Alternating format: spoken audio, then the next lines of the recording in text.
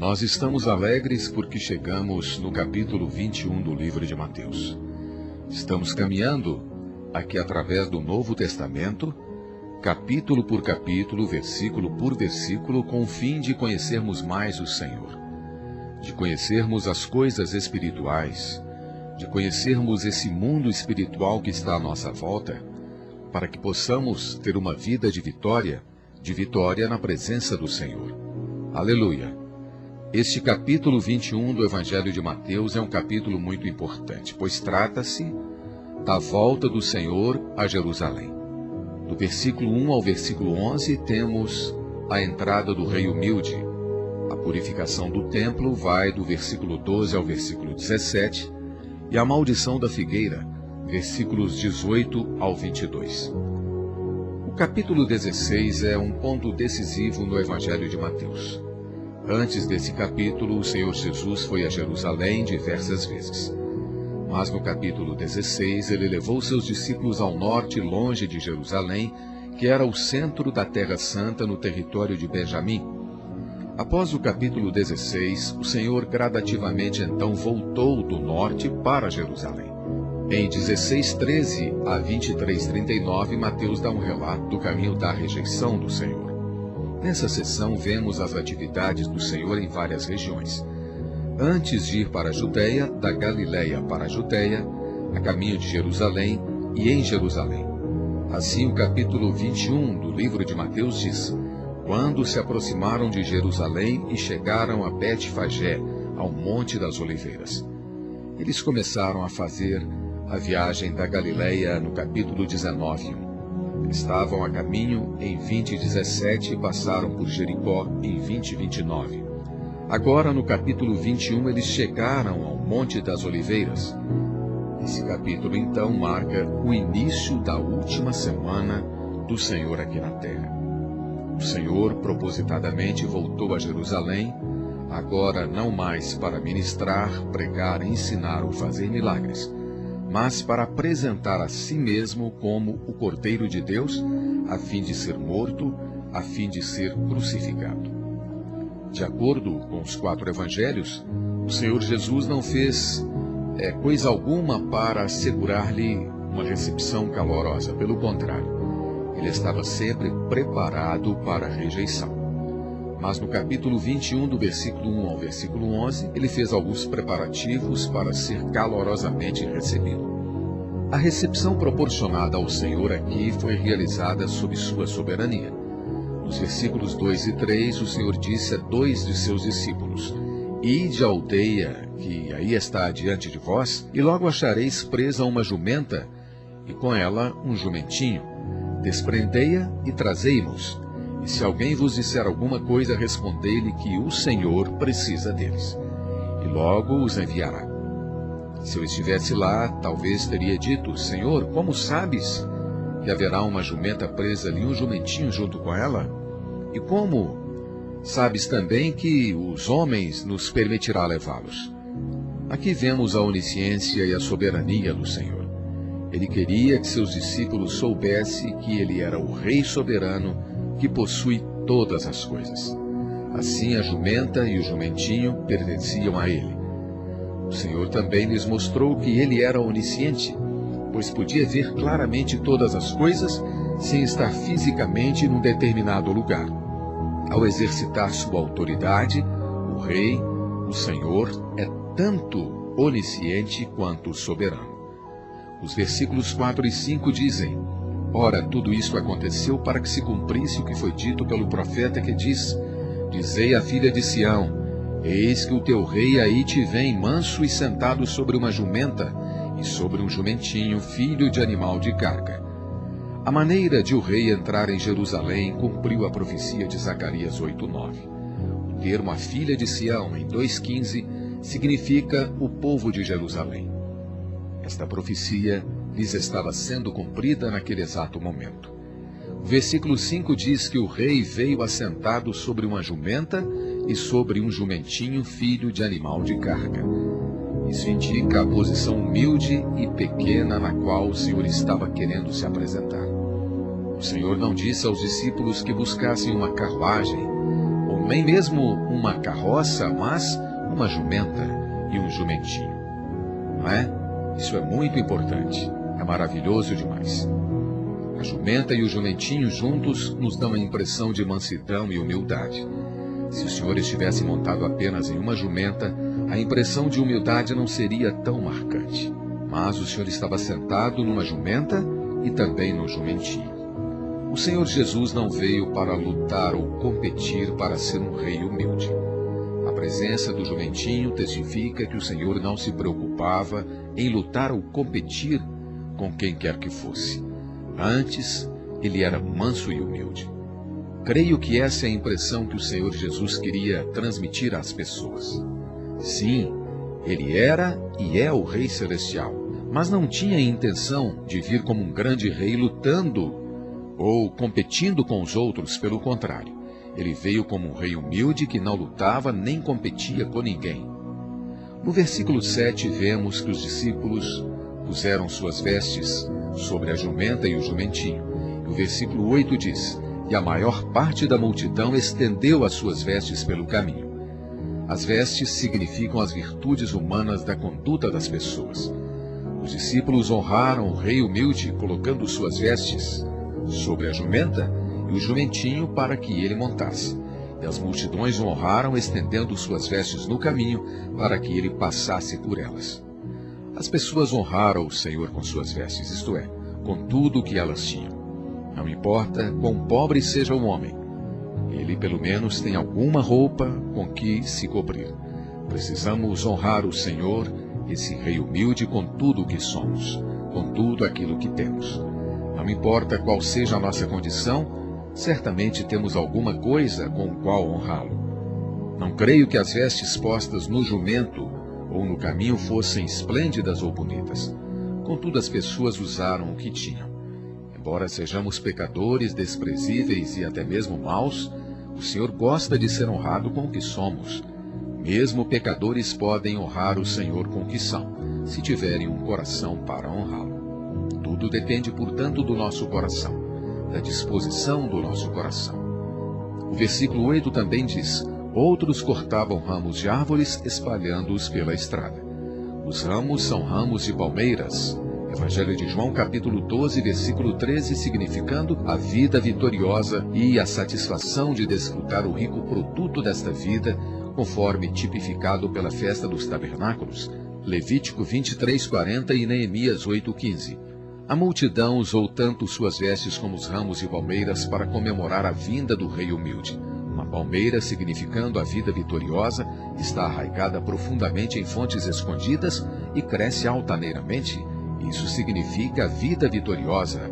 A honrar o rei humilde com tudo o que eles eram, o povo reconheceu que ele era o único com a vida vitoriosa. O versículo 9 diz: e as multidões, tanto as que o precediam, como as que o seguiam, clamavam: Hosana ao filho de Davi, bendito que vem em nome do Senhor, Hosana nas maiores alturas. A palavra hebraica Hosana significa salva agora. Nós podemos ver isso no Salmo 118, 25. O título Filho de Davi era o título real do rei humilde. Na recepção calorosa ao Rei Celestial, as pessoas clamavam uma citação do Salmo 118. Bendito o que vem em nome do Senhor, versículo 26. De acordo com o Salmo 118, somente aquele que veio em nome do Senhor era qualificado para ser louvado de tal maneira. Assim, o louvor espontâneo do povo soberanamente indicava que este rei humilde não veio em seu próprio nome, mas em nome de Jeová. Aqueles que receberam o rei mostravam por intermédio de seu louvor que ele era aquele estabelecido pelo Senhor. Assim, aquele que veio em nome do Senhor. Quando o Rei Celestial entrou em Jerusalém, toda a cidade estava agitada, mas a multidão ainda dizia: esse é o profeta Jesus de Nazaré da Galileia, versículo 11. Por um lado, as multidões o louvavam como filho de Davi, aquele que veio em nome do Senhor. Por outro, algumas ainda o reconheciam de um modo natural, como um profeta de uma cidade desprezada. O versículo 12 diz: tendo Jesus entrado no templo, expulsou a todos os que ali vendiam e compravam. Também derrubou as mesas dos cambistas e as cadeiras dos que vendiam pombas.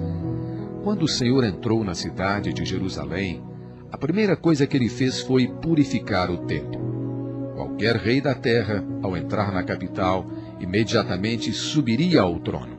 Mas o Senhor não fez isso porque ele não era pelos seus próprios interesses, mas ele era pelo interesse de Deus. Seu coração não era por seu reino, mas pela casa de Deus. Em princípio, amigo, ocorre o mesmo conosco hoje.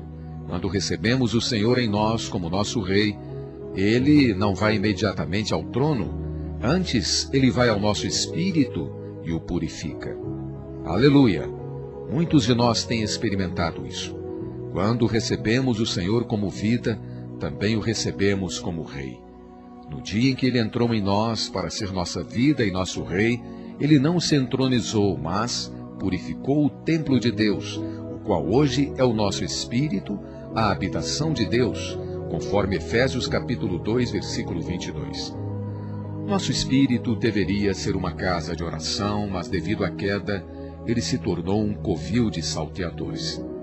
Porém, quando Jesus entra em nós, ele expulsa todos os salteadores e purifica o templo no nosso espírito. Louvado seja o Senhor! Após a purificação, o Senhor curou o cego e o coxo no templo. Versículo 14. Isso mostra que sua purificação do templo leva as pessoas a ter olhos que veem e força para mover-se. O mesmo ocorre conosco. O versículo 15 diz que os meninos estavam clamando no templo e dizendo: Hosana ao filho de Davi. Pelo menos algumas vezes o Evangelho de Mateus menciona meninos, pois esse livro enfatiza que as pessoas do reino precisam tornar-se como meninos. Somente aqueles que se tornarem como meninos louvarão a Deus. E isso foi após a cura do cego e do coxo. Quando nossa cegueira e o nosso coxear forem curados, também louvaremos ao Senhor como meninos. O versículo 17 diz: E deixando-os, saiu da cidade para Betânia, onde pernoitou. Em sua última visita a Jerusalém, o Senhor permaneceu ali somente para seu ministério durante o dia. Toda a noite ele saía para pernoitar em Betânia, no declive leste do Monte das Oliveiras, onde ficava a casa de Maria, Marta e Lázaro, e a de Simão. Em Jerusalém ele era rejeitado pelos líderes do judaísmo, mas em Betânia ele era recebido por aqueles que o amavam. Depois que o Senhor Jesus entra em nós e purifica nosso espírito, podemos sentir que Ele nos deixa, assim como deixou Jerusalém, para ir a Betânia após purificar o templo. O Senhor pode entrar em você, purificar o seu espírito, o qual é o templo de Deus, e partir para o outro lugar. Talvez você diga: esta não é a minha experiência.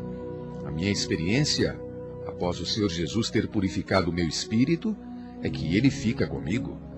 Se esta for sua experiência, então você deve ser um dos que amam Jesus, como Maria, Marta, Lázaro ou Simão. Aleluia! No versículo 18 diz: Cedo de manhã, ao voltar para a cidade, teve fome. Isso significava que o Senhor teve fome de frutos dos filhos de Israel para satisfazer a Deus. O versículo 19 diz: E avistando uma figueira perto do caminho, dirigiu-se a ela, e não achou nela senão folhas. Assim como a águia é um símbolo nos Estados Unidos, também a figueira é um símbolo da nação de Israel. A figueira que o Senhor viu estava cheia de folhas, mas sem frutos, significando que naquela época a nação de Israel era cheia de aparência, mas sem coisa alguma que pudesse satisfazer a Deus. De acordo com a Bíblia, as folhas são a aparência exterior, mas o fruto é algo real e sólido para satisfazer a Deus e ao homem. Naquele tempo, o Senhor Jesus veio de Deus para Israel com fome de algum fruto que satisfizesse a fome de Deus. Contudo, em vez de fruto, ele encontrou apenas folhas. O versículo 19 também diz: E disse-lhe: Nunca mais nasça fruto de ti. E a figueira secou imediatamente. Isso significa a maldição sobre a nação de Israel. Desde aquela época, a nação de Israel ficou totalmente seca. De acordo com a história, desde os últimos dias do Senhor Jesus aqui na terra, tem havido uma maldição sobre a nação de Israel. Como veremos, a figueira é mencionada novamente no capítulo 24, onde ela significa a restauração de Israel, que aconteceu em 1948. Conforme a experiência, podemos testificar que o primeiro rei humilde entra em nós e lhe damos as boas-vindas. Contudo, ele não entra para ser entronizado, mas para purificar o templo de Deus, porque ele cuida da casa de Deus. Cuidando também da satisfação de Deus, ele deseja frutos para o povo de Deus, ou frutos do povo de Deus. Mas a maioria do povo de Deus não lhe pode oferecer fruto algum. Como resultado, o povo seca. Muitos de nós experimentaram isso. O rei humilde entrou em nós, nós lhe demos boas-vindas e ele purificou o templo de Deus. Mas porque não produzimos frutos, nós secamos. Talvez você dirá, não é o Senhor misericordioso e cheio de graça? Já que ele é misericordioso e cheio de graça, como pode amaldiçoar-nos de tal forma? Entretanto, quando não produzimos frutos, secamos. A preocupação do rei humilde era com a casa e a satisfação de Deus. Ele nos purifica para que possamos oferecer adoração adequada a Deus e trata conosco para que possamos produzir fruto para a satisfação de Deus. Na vida prática do reino, na igreja hoje, Cristo deve ser recebido como rei. Então ele deve purificar o templo de Deus, isto é, deve purificar o nosso espírito. Então nós, como povo do reino, daremos fruto para a satisfação de Deus. De outra forma, seremos amaldiçoados até o dia da restauração. Essa foi a situação da nação de Israel quando o Senhor esteve na terra e é a situação entre os cristãos hoje.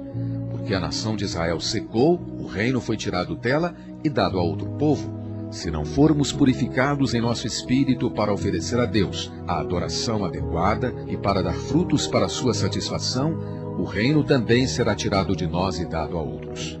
Os versículos 20 e 22 indicam que o Senhor amaldiçoou a figueira pela fé.